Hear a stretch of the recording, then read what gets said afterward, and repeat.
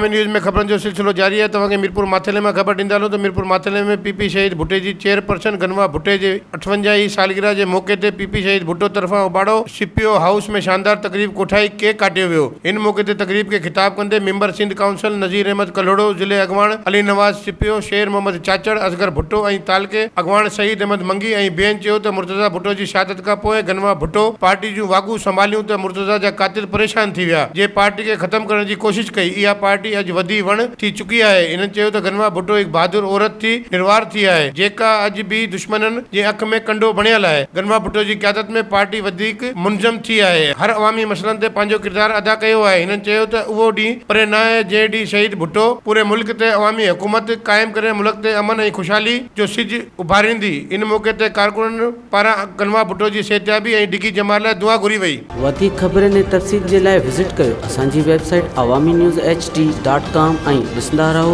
Awami news HD।